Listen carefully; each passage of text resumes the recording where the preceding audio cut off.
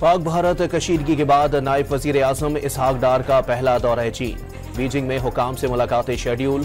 अफगान अबूरी वजीर खारजा अमीर मुत्तकी भी कल चीन पहुंचेंगे। सैफरी की बातचीत में तिजारत के फरोग और सिक्योरिटी ताउन पर तबादला ख्याल किया जाएगा।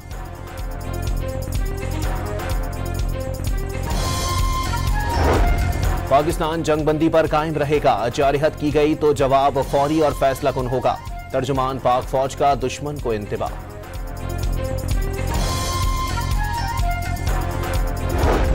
फिलहाल किसी के खिलाफ तहरीक अदम एतमाद लाने का कोई इरादा नहीं। चेयरमैन पीटीआई बैरिस्टर गौहर की तरदीद।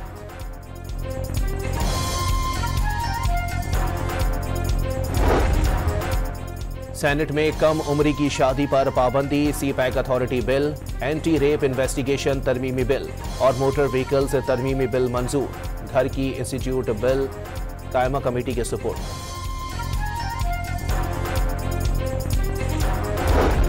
वजीर आला पंजाब की जेर सदारत 6 घंटे तवील इजलास में 12 अजला के लिए सालाना तरक्याती प्रोग्राम मंजूर। मरियम नवाज ने महकमों से करप्शन खत्म ना होना अफसोसनाक करार दे दिया। और कराची में लाइट हाउस पर हज्जाम की दुकान में डकैती। 2 मुलजिमान मोबाइल फोन्स और नकदी छीनकर फरार हो गए।